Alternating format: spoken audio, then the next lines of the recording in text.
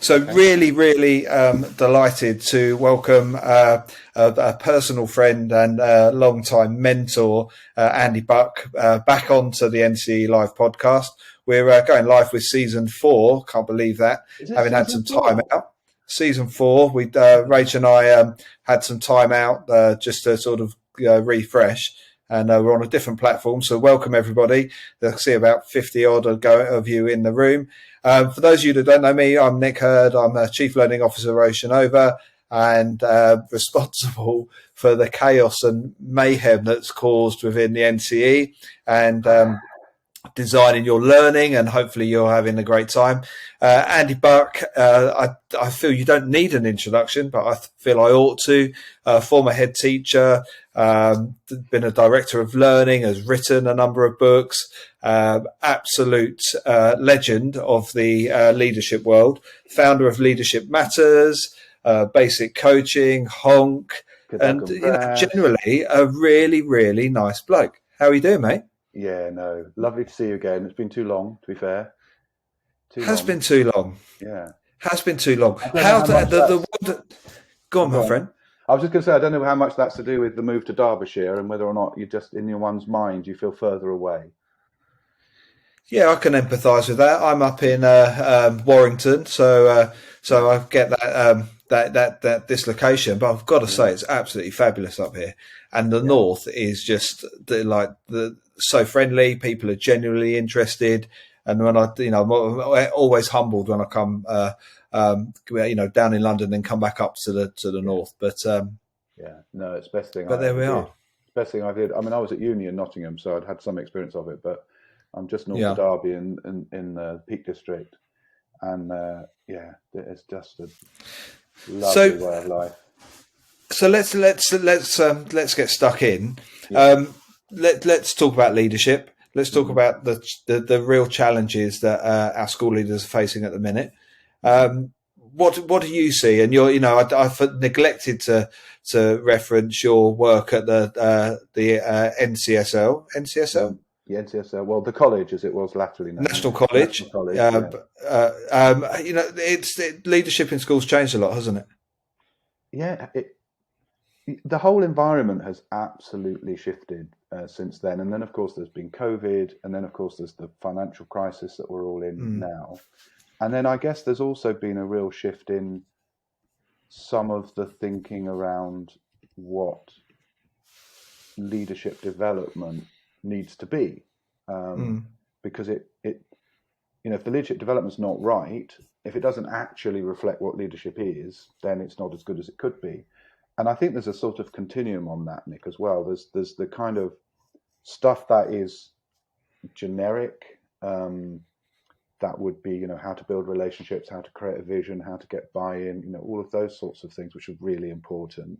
And then there's the sort of, at the other end of the continuum, there is the technical stuff that you need to know and be able to do to be a leader that has credibility with people that you work with, so that you have the right strategies that so if you're deputy head curriculum that writes a timetable, you need to know how to be able to write a timetable. It's no good being great at building relationships with middle leaders that you're consulting with if you then go and make a right dog's dinner of it when you actually write the timetable. Yeah. And so being able to solve those problems, and I think, the work of, there's lots of people out there, but people like Tom Rees and others, Matthew Evans, they've sort of, they've reset the pitch of where we should be on that continuum in a way that I think is really helpful, until the point where it starts to be an either or. And I think there's a risk that if we're talking about leadership and the environment, that some of that has become a little bit polarized or a bit tribal. And Twitter feels a little bit like that sometimes, different from 10 years ago when I first started using it. So, but what I do know is leaders are finding it very, very tough. They're absolutely exhausted because it's just been relentless for 2.5, 3 years now. And last academic year was almost tougher than the academic years that were in COVID. That kind of having to rebuild, where suddenly everyone thought it was all going to be back to normal, where so many heads have said to me, the staff just don't seem to have the same attitude to being at work as they did before, because I had all that time working from home. And I don't think this is just in education. I think people are seeing it right across the board of that, of just getting the buy-in and getting that kind of work ethic isn't the right word, but getting that kind of loyalty back to the work really, really mattering and being where it is. And then if you're someone like me, I mean, I think, I'll be honest, I don't think I'd have been very good during the last 3 years, because I love starting up. I'm very creative. I've started a brand new school. That was me, absolutely in my sweet spot.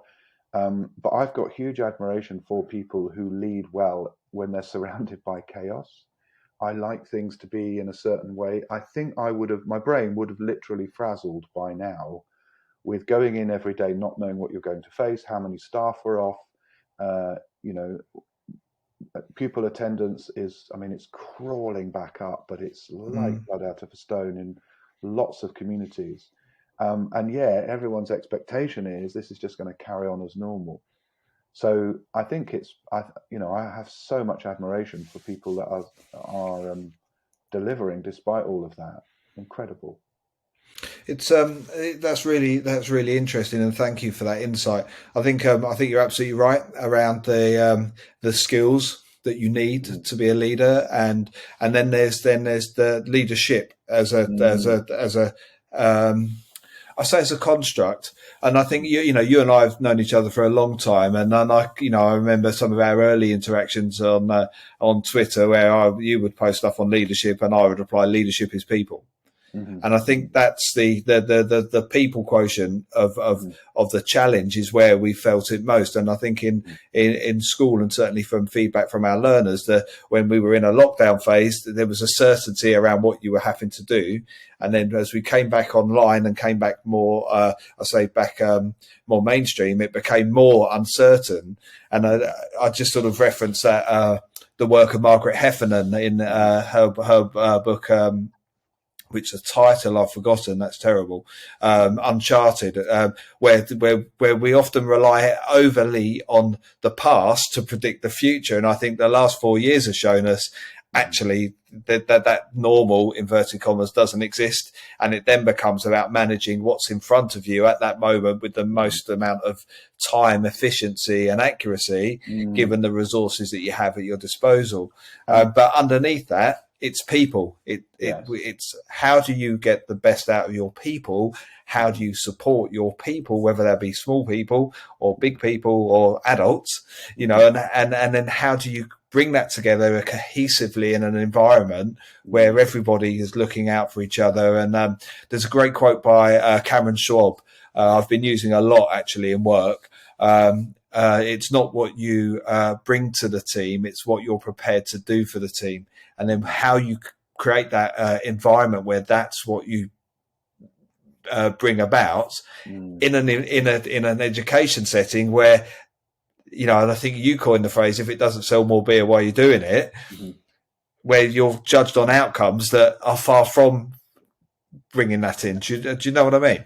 Yeah, no, I do. And to draw a distinction in a sense between some of these things is important, because you mustn't forget them. But in the end, it's what the whole thing adds up to really that matters. Because people can have the right strategy, have worked out the answer to a particular problem on a technical sense, but unless they've got people with them, they can look around and realize they're on their own, and that's not leadership. That's just like having really good ideas.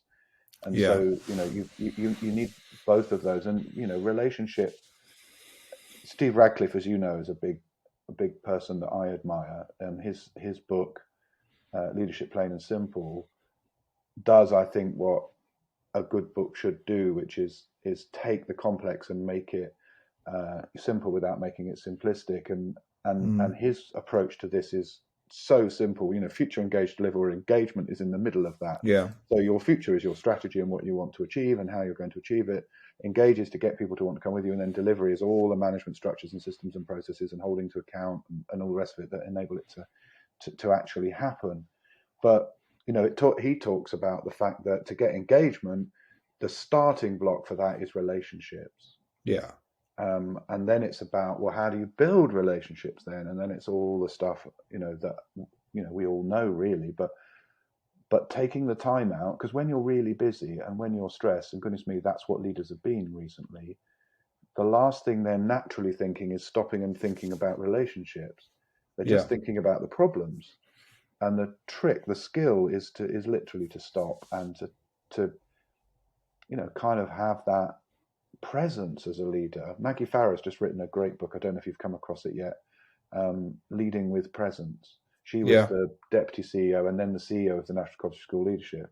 And what she's really talking about is mindfulness, is that ability just to step out of the plethora of everything going on around you and have that perspective, but also that inner calm. Yeah. Because, she talks, I think, about the leadership exterior stuff, the outer world, and then there's your inner world. And your inner world can either help you do amazing things or hinder you from doing really good things. And there's massive links between the work of mindfulness and all the research that's building on that now, but also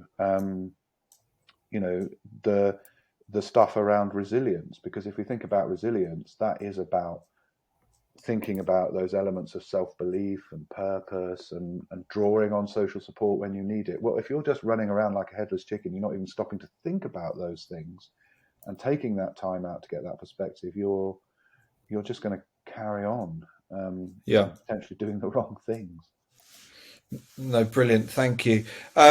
Do you know what? So we're on a new platform, and Julie posted a question. And Julie, welcome. Do you want to ask Andy your question? Yep. Hold on. Sorry, I'm just trying. That's all right. Hi, Julie. Hi, Andy. Hi, everybody. My question is: what are the biggest obstacles to career growth in education? Gosh. Wow. My first prompt to that is a bad boss, probably. But joking apart, actually, if I think about people I've seen in my own experiences, the reverse of that question is what are the things that actually help you to progress?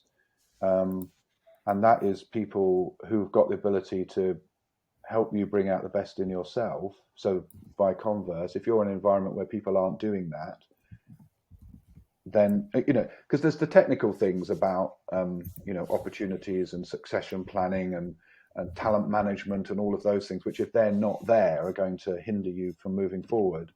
But actually it's about you being really successful in your work so that you've got a great story to talk about. But more importantly than that, you've got really great self-belief about what you can do that will carry you through almost doing that role before you get formally appointed to it. And people then see that potential and say, well, we'd like some of that, Julie, thank you very much. And one of the biggest problems is that there are still, in my view, too many organizations, schools, groups of schools, and so on, where people's predispositions or preconceptions about different groups of people and what they can contribute to that, in terms of protected characteristics and the like, where people don't expect that type of person, whether it be their color, their sexuality, their class, whatever it is, that you wouldn't be able to expect X from them. And so I think we're making good strides on the kind of EDI agenda. But if there was one thing that I would say for the country or the system as a whole that's holding us back, is that we're still not seeing the potential of everybody. And certain groups, one of which I, in a sense, was lucky to be in, which was kind of white men. I've benefited from that. I'm sure I have, to some extent. Even how I sound and my accent and all of those things, I've been lucky. I remember as a head in Dagenham, kids would say to me when we were taking them to Oxford and Cambridge, yeah, but I won't fit in here, sir, because I sound thick. And you just think, oh, what's the world that we're in? So, yeah, that's a few thoughts, Julie. Ask a follow-up. Oh, no. If you want to. Well, Well, just listening to what you've said, really. Was that what you were expecting, or? No, but I think just the fact you talked about the protective characteristics. I think, I can see that, and also that fitting into the the environment that you're in. If people don't think you're going to fit, they won't let you go. And why do people leave a job? The research is very clear. The biggest reason is what your boss is like. And so the responsibility that line managers, sorry, Nick, I think you're going to come in there, that line managers have for bringing out the best in people is more than they realize. The Corporate Leadership Council did a load of work on this, and what builds motivation in people, what builds their self-worth, their ability to lead well, it's the person who directly line manages, more than the culture of the organization, more than their induction, more than anything, certainly more than pay bonuses and all of that, is what your immediate line manager is like. And so the converse to that in terms of career development is you've got someone who's the opposite of that, because number one, they won't give you opportunities, and number two, you won't get better as fast. Also, I think the ambition, personal ambition, and that being in an environment that you're encouraged to make mistakes. We're very grateful as educators when children make mistakes, because we see that as opportunity to learn. We're very unforgiving when we make mistakes as adults, which then disincentivize you to try new things and to be ambitious and to look for new opportunities, because we're not as forgiving of ourselves and each other when we make mistakes as well. And our learning is built on mistake making, isn't it? And I think back, if you've got those of you who've got young children, certainly if they're toddling, and that pre-walking phase, where what they become experts in is falling over repeatedly without hurting themselves. We sit there as adults and go, God, worry about their heads and bang in a sharp corner. Child isn't. They just pick themselves up and dust themselves off and then go again. And we lose that. And it's fascinating, having taught primary and secondary, that it changes at some point in that journey, and we disincentivize that. But we also lose that in ourselves. Absolutely. And, I've just completely lost thread of what I was about to say, Nick, there. That's okay, mate. You just... with a certain age, it goes. Absolutely. I'll come back to it in a minute. It'll no doubt reappear. As a thought. Listen, thank you for that, Julie. I'll just let anybody else know if they have got questions. It does pop up, and if we'll invite you in, you do come on into the live stream. So just be mindful of that, particularly with your camera. If you don't want to be on camera, then please turn that off.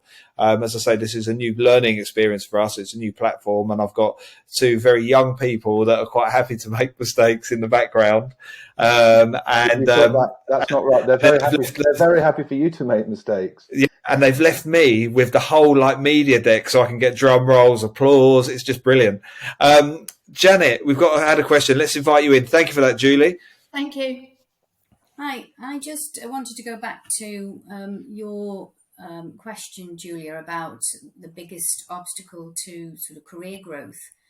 And I was wondering what you both thought about performance management, whether it can be an obstacle or a lever, and how important that is in your career progression. Oh, Andy, you go for this. Go on. I think we were going to. You go first, and then I'll go after. I've got quite strong views about this, Janet, and I'm going to steal a phrase from someone who I think really has the right approach to this, and more organisations, I think, are realising it. So the person I'm talking about is Chris Moyes. I don't know what he is on Twitter. I'm sure someone will be able to post that. But he talks about improving, not proving. And whether that applies to lesson observations, whether that's about performance management, even just the name that you give to it, Janet, I think is symptomatic of that, and the language that you use, because what we know is that for people to thrive and grow, and that links to the career progression question, they need to feel psychologically safe so that you can challenge in a really powerful way. And so if you call something performance development rather than performance management, if you talk about feedback conversations rather than giving feedback, all those little nuances change the way that people feel when they're in those conversations. And you know, there are, you know, in language like targets and so on and so on, just mean that people see it as a process that they have to get through with damage limitation and without doing themselves any harm. The whole thing is a kind of defensive process rather than now it isn't always like that, but the way that it's often set up, which is quite quite scripted, quite formulaic, quite restricting, I think can sometimes just change the way, so that we've moved away pretty much now in our system from grading lessons, for example. But one, and there are two big reasons why that was a bad thing to do, wasn't it? One was that you can't really do it because research that came out was showing that bunches of teachers watching the same lesson and given the same rubric to judge it, in the worst case scenario, more than 50% of cases, the two people, if you just chose two people, they would disagree about what the grade was. So it's so subjective, and it depends about how much you know about the context and the teacher and what happened the lesson before and all the rest of it. But the second thing is that simply by grading a lesson, people are then in a position where you're judging. And of course, there are times when you have to make judgments, but as soon as we feel judged, the whole psychological nature of that conversation changes. And, I can think about, how I was trained to give, because it links to this as well, but I have no appraisal conversations or performance management conversations to start with. So how do you think it's going? Well, that's like saying to someone, how did that lesson go? And you think that's a lovely, genuinely curious question. And it might be, from your point of view, as the person that's asking it, a lovely, generous question. But what is it received as? It's received as, I've got a view about what I've just seen, but you know what? I'm not going to tell you. I'm going to let you tell me what you think. And different people react to that scenario in very different ways. Some people will immediately be confident enough to really challenge and almost over-egg how they think it's gone, because the best form of defense is attack. Other people will be overly and irritatingly modest and not say what they really think, because they're either just very modest or they are worried that by saying that they're doing something well, they're opening themselves up to being criticized or shot down. So I have this little phrase that I use that draws on loads of that research, but as typically the case with me, it just tries to cut out a load of the complexity and just keep it simple, which is you just mind your P's and Q's. Whether this is in a performance development conversation or in a post-lesson observation conversation, you mind your P's and Q's as the kind of leader of that conversation. And yes, it's about being polite, minding your pleases and your thank yous, or as some people, because the origin of this phrase is not 100% known, or it's minding your pints and your quarts. In other words, not getting too drunk and getting leery. That's more from Elizabethan age in Portsmouth, and you didn't end yourself on a ship to the New World. But I've hijacked it and said P's and Q's, two stages that go to the opener of a conversation like this. P is praise. From you, not from them. I really like this. That was good. This was really, specific, authentic, genuine, all the things we know make good praise. And then maybe on the positives, asking them, what were you really pleased about? Because sometimes something might have happened that for you coming in as the outsider, I was saying about context earlier, the fact that child X did Y might seem to you externally as quite unremarkable, but actually was remarkable because of what has gone before. So giving them a chance to giving them almost space and permission, because we're not good at that in our profession, to say what we're pleased about. And then the Q, if you'll pardon the pun, is the curious question. I'm just wondering if, or tell me a bit more about whatever. And those can start very open and close in if they need to. And then you move into if you need to, if they're clearly not seeing the thing, you might want to sort of call out the elephant in the room and say, so you're saying all of these things, but, I've got to be honest with you. What about this? This is a bigger issue, isn't it? But you don't start with that. And it's interesting, we're starting to get into the whole realms of instructional coaching and the kind of leadership style almost that applies to how you coach. And for me, it's just, always start by asking questions and only give advice if you have to. Ask first. That's the mantra. Because if you do that as a leader, you're not putting a ceiling on what other people can achieve, but you're also not prejudging them. So interesting, Mr. Buck. Interesting. I'd have slightly different perspective, Janet, and we were within the National College. We work off a set of agreed behaviours. So collectively, the organisation we've agreed between the 50 of us that work within the learner end, delivery end, what our behaviour acceptables are and what our unacceptables are. Okay, and then when we have performance conversations, we frame those around do your job. Okay, and I can feel that the heckles of the teaching profession go up. What do you mean, do my job? Do your job is built on the basis of, I think it was Bill Belichick, American football coach, and Karen Schwab, who you'll find a design CEO, encapsulated that as a triangle, which had at the bottom of it your functional capability, i.e. your technical competence in being a teacher, a leader, whatever that is, whatever your role is. And so we'd have a conversation that Andy's just described, you mind your P's and Q's around that aspect. On this side of the triangle is your attitude. So how you turn up and behave in that role. Okay. And then on the opposite side of the, equilateral triangle, that's the limit of my maths, trigonometry. I can throw in a SOHCAHTOA if you want as well, is aptitude. And that's your willingness to learn about yourself and others. So when you have we have performance achievement conversations, we're talking about technical competence. If that is low, how are you developing and what is your willingness to learn around that? So if I'm not yet there in terms of my questioning or elements of my classroom practice, then I'm showing a desire to get better at that, go and observe other people, find out more about it and develop. I then have an attitudinal level that I can come in and have a conversation about. So, if I've got good attitude and I've got good aptitude and willingness to learn, technical competence will come. The challenge that we have is if your attitude's poor and you're not willing to learn, you're kind of stuck because we don't necessarily have the language or the framework to have those conversations.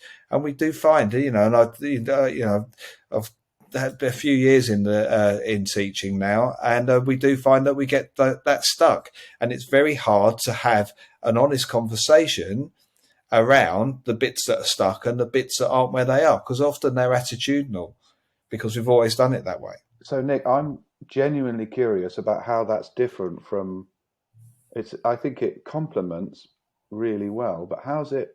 It's not in opposition to what I was saying, or is it? No, not at all. So no. Just how I can. So I think the difference being from what you are describing, Andy, and probably where we are in education is that we have a conversation and agree what the parameters that we're looking at the first. That would be our pre-agreed behaviour expectation. So what I'm going to give you some feedback on your teaching.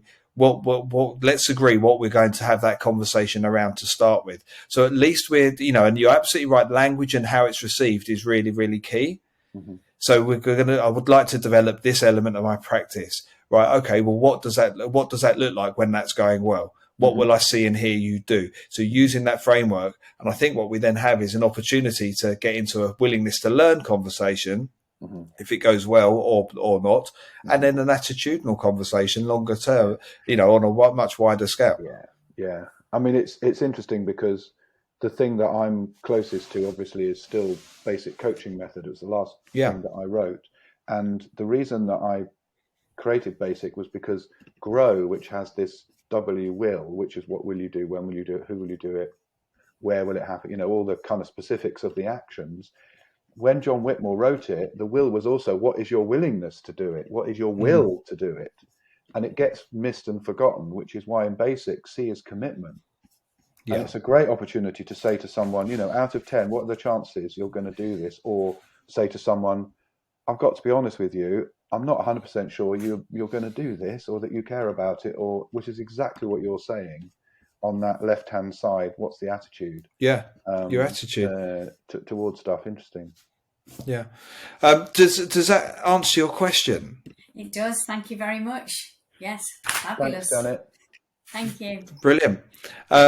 Thanks for coming on and being brave to ask. Andy, let's listen. I've got to ask you because I know you'll have seen the advert. What do you make of the John Lewis Christmas advert? So I don't quite know how they do it. Whoever the design advertising agency is, and I don't know if they've changed it over the years. There may have been a change quite recently, actually, potentially. But there's huge pressure. And this year, of course, they've stuck to the typical week when Christmas ads come out, where everyone else, because of cost of living crisis, sort of went a week, or a lot of people went a week early. But in my view, they have done it again. Isn't it exceptional? I mean, I first saw it, just a clip of it on a program at lunchtime. I didn't see the whole thing, and then I watched it just about half an hour ago. But even just watching the clip, something happens in here, doesn't it? So I think I think it's extraordinarily clever, because what good advertising should do is connect with you emotionally, as well as appeal to the rational part of your brain to make you want to go and buy. But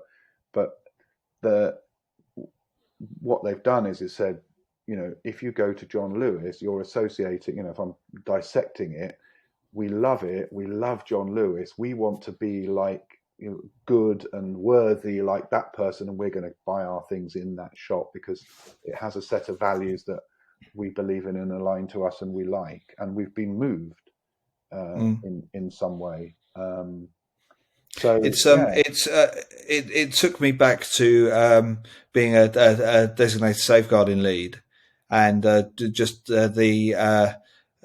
recognizing the challenges that actually the colleagues will be facing in schools daily, and those things that are unknown to many, but there'll be a small team of people around the school that will know the ins and outs of the most vulnerable members of their school community, and it just like a winded punch, to be honest. Do you know what really worries me, though, linked to that, is I think we can be pretty sure now that there are going to be some financial challenges for schools around the corner. I can't see how, with all the noises that are coming out of government and Rishi Sunak's kind of track record and what's already been signalled, I can't see more money going into education. All we can see potentially is less, with rising costs, unfunded pay awards. Sorry to sound a bit pessimistic, but they're going to need to be some cuts in schools. And I'll tell you what, my big worry is that it's exactly the sorts of magical people that you were alluding to there. I can think of Sue Richardson and Sharon Falzon, for example, in the school that I had the privilege to last lead, one of whom is still there. I think I probably shouldn't say her age, but she's getting on. And the other one's retiring at Christmas. Well, these women, the hundreds, if not thousands of lives they have changed, because they've got that ability to connect with a child so that they trust them and know they've got an ally who is going to just be there to help them. Yes, they've got to work within a school environment and all the rest of it, but these people somehow tread that very difficult tightrope just brilliantly. And my worry is when people are looking at the bottom line, they're going to think, well, we can still teach all the lessons with the teachers that we need to, and they're going to be, a little bit like, with health and social care, and CAMS and so on. They're often things that go first because it's less, like you say, it's hidden away, it's less visible.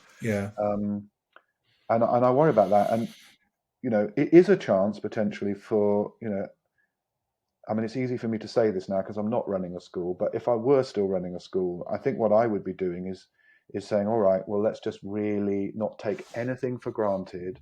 Let's and try and avoid the risk of death by 1,000 cuts, and actually look at, if you can, at some of the bigger costs that are around there. There are three big the biggest thing you spend money on is your teaching staff, and there are three big things that affect that: contact time, class size, and TLR structure. Now, TLR structure doesn't actually, relative to the others, cost you very much. The two big ones are class size and contact time, and class size is the biggest one of all of those. So if you're looking at that and your overall structure and your plan, then you don't have to do much there to make quite a big difference to the bottom line. But I suspect now, if we've got heads or others that are involved in finance of schools listening to this, they'll be saying, Andy, we've already done that. Yeah. We've already stripped out everything we can. We've got drama and music in classes of 30, which is not ideal, but we're right on the edge of what, from a health and safety point of view, we can do in technology and science if we're running practicals.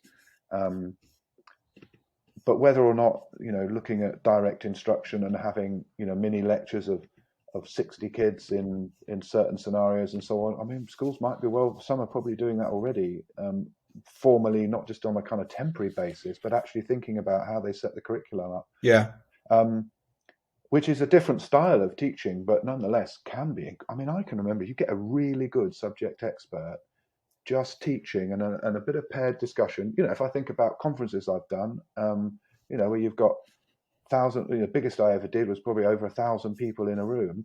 You can still have a really engaging session. I learned a lot about how to do that from Steve Radcliffe, again, watching him in action, and Steve Mumby and others.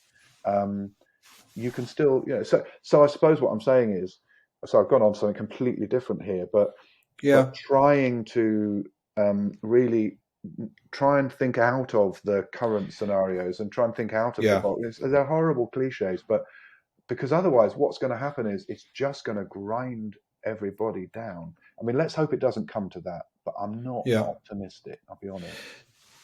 Yeah, no, I think you're absolutely right. I was going to make an age-related joke about what did you do last time it was this bad, but I won't. 2 rounds of that. 2 rounds. No, don't do that. But I think you're right. I think the danger is that we nip away at the margins, the edges, and it's often in those relationships that hold the fabric and the glue within the school together. Action Jackson, he's worth a find on Twitter if you haven't come across him. He's extraordinary. He's a good mate of mine. He's absolutely brilliant, and he coined a phrase or shared with me a phrase: "The children that are loved at home come to school to learn. Children who aren't loved at home come to school to be loved." And it's those children that are at the most risk, I think, because of the people that hold that together, those relationships that will, because they're maybe not necessarily directly in front of learners at that all of the time, that that are going to be missed the most, maybe. And I think you're absolutely right. Inviting colleagues to think differently around how they deliver. Think differently around class structures, class sizes, and just have to just hang on and just do our absolute best. Where do you sit on I know Jeff Barton's a good a colleague and friend of yours. I saw something on Twitter just before we came on about schools being balloted. About looking at potential, strike action and whatever. How does that, as a leader, where you've got a moral purpose to deliver for the children that we've referenced in the John Lewis advert and those families, as well as the children that are, that are in more fortunate positions, with teachers that are struggling themselves potentially in terms of the cost of living crisis and the blatant challenges to funding and importance of education within the current government, how did the head teachers, trust CEOs reconcile that? So there seem to be two types of head teacher. there's some that will be, strikes are a bad thing at all costs. I don't know what Jeff has said, but my view is I'm not in that group. I'm in the group that says usually they're not a good thing, but sometimes actually I think the only way we're going to get the change we need is through withholding labour. The thing that troubles me though at the moment is we are in a very different set of circumstances, and one of the big reasons why schools are in such a difficult position at the moment is because of inflation. And of course, as soon as you start inflating wages, then everything costs more, including in education. And it's a kind of spiral where one thing, and the whole thing just gets out of control. So I can see why, whatever government it was, whatever government was in this position, let's be honest. There's one government that probably wouldn't have taken us out of Europe, but neither government could have done anything about COVID or the war in Ukraine. And both of those things, are having a massive impact, as well as Brexit. Let's not forget that. Probably bigger than the other two, actually. But so if I was a head teacher and that was happening, I would kind of be thinking, well, is now the right time to be doing that? I don't know. It's a really difficult question. The reality of how head teachers are going to be waking up to tomorrow. Yeah. Isn't it? And it's and because particularly in certain parts of the country where the cost of living was already incredibly high, and obviously there are weightings for various different parts of the country. I'm trying to avoid the L word, but they don't go far enough for. But having said that, for beginning teachers, we have seen salaries go up quite a lot very recently, and I think isn't it 30,000 now? I'm a bit out of touch with it, but 30,000 is the starting salary now for a teacher. But then if you look at nurses and train drivers and all the rest of it, and where teaching sits within that whole thing, we've definitely slipped down the pecking order as a profession. So at the danger of I don't want to be too negative. If I'm a head teacher now, or I'm a Matt CEO now, or I am thinking of headship or moving my career forward, what, based on your experience and your infinite wisdom, is the, I suppose, a chicken soup for the soul that we can share that will help people get up tomorrow and go into battle for the communities that they serve and those colleagues and young people in a situation that is going to get worse and more demanding? What sort of Andy Buck wisdom can we leave to give people a little bit of hope or to fall back on? I think the first thing is, in the end, this comes back to all the little things you do, because you can't change the reality of the scenario that we're talking about here. So, if we think about Kubler-Ross and the kind of work that team did around grief, when and they were talking about it in the context of somebody dying, but when something awful happens, you go through denial, then anger, and a shock, and then you start to rebuild it all again. And so, keeping in mind that people will be at different stages in that kind of psychological journey when something bad has happened. Looking after yourself, I know it's that old cliche of, put your own life jacket on before you do someone else's, but thinking about that for yourself, and in particular, reaching out to people that can offer you social support to help you talk things through and gain a sense of perspective and give you a sense of optimism, people you trust, whether they're in the workplace or somewhere else, so that you are at least being your very best self, turning up to work as you can. Draw on some of those things that Maggie Farah talks about in this book, Leading with Presence, around how you keep mindful, because if you're in that state, you are going to be so much more able to read the body language and because then it's all about the interactions you have with people. And if there was one thing that I would say is like, listen really hard and play back well. So saying to someone, it sounds like what you're saying is playing back. It's one of the 4 techniques, basic habits.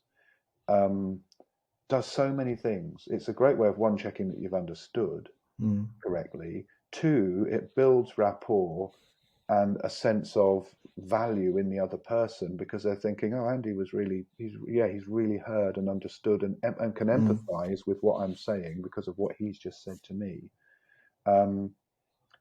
But also it can prompt another optimistic thought in somebody, where by organizing what they've said, they start to see the possibilities of what else can be. It is about empathy, not sympathy, as well. And Brené Brown, I don't know if you've seen her wonderful TED talk on the difference. It's not, at least, if you say to someone, I don't know, what would be a scenario? So-and-so's, my son's just got kicked out of school. Well, at least your daughter's an A-grade student. That's not going to help. It's about recognizing how that must feel, and gosh, that's awful. Thank you for telling me that. That must have been hard. So building authentic, curious, non-judgmental, caring conversations that are framed well, that make people feel that you value them and you care about them. Because that's what people need when the going gets tough. It is about psychological safety and a sense of belonging. That is more important than anything else. Of course, you want to try and do the right technical things to fix as best you can, and that will involve some difficult decisions. And that is about being open and transparent about the process. That's recognizing that the whole institution will go through shock, denial, anger, and then gradual rebuild. And adapting your leadership as the leader of that organization to where you are in that process, which of course will be at different speeds for different people. Can I? That's brilliant, thank you. And I just want to amplify something you said there. I just need to tell you that sorry to interrupt you. I've just had Woodford scratch at the door, which means he knows. He thinks we should be finishing. Yeah. He does it. You said that'd happen. What time are we meant to finish? We're gonna the last 5 minutes, I think. Oh right, okay. Oh, he's on it again. That dog is extraordinary. Yeah, just to use a women-ed approach and add an amplify. Okay, absolutely amplify what you've just said, and I think this language, my addition to what you've just said, would be to be really present and conscious in your choice of language. And that seeking to appreciate somebody's context or position rather than understand it, because you can't understand someone else's position. And I know, what I think, I understand what you mean. And actually, unless you've walked my shoes and the challenges that I'm facing to get to this point, you haven't. And that the importance on that accuracy in your language, can make the world of difference. So let's just to come to a close. If you could go back to the very young and debonair Andy Buck, that if people Google him, they'll find Joe Richardson Secondary in the Barking and Dagenham area, Redbridge, I think it is, isn't it? No, Barking and Dagenham, you're right first time. Barking and Dagenham. Yeah. What would you what would this Andy Buck tell the young Andy Buck that said, you know what, I'm going to be a head teacher? What would be your top 3 tips? Okay, so I'm going to just answer another question, which I thought you were going to ask first, which is, if it was like when I was starting as a teacher, mine would definitely have been, don't be so arrogant. I just thought and I must have been a horrible, I look back on myself, not with loathing quite, but not attractive. But I think I'd grown out of that after about 10 years. To some extent, there are probably those listening to this who still think I'm arrogant, but anyway. I think, listen, when you're a head teacher, one of the things that, particularly at the beginning, that you think you need to do is to prove that you were worthy of being given that role and that responsibility, and that therefore you know everything. and that you've got the answer, and people look to you and expect and almost test you sometimes for the answer. And so the real temptation is that you have what I call type 1 conversations, where you say to them, don't worry, I'll do that for you. And you just grab, and you suddenly are doing all these jobs, and people thinking, oh, that's great, Andy's doing it, and you're doing a good job at it, but you suddenly burn out because you just can't do that. Leadership isn't about doing other people's jobs, is it? So then you kind of progress where your average conversation then is about giving people good advice, so that you haven't got the jobs, but they are learning from you and all the rest of it. And that's okay. It gets you so far. It's what most of us do most of the time, actually. But there's still that sense that you're having to prove yourself.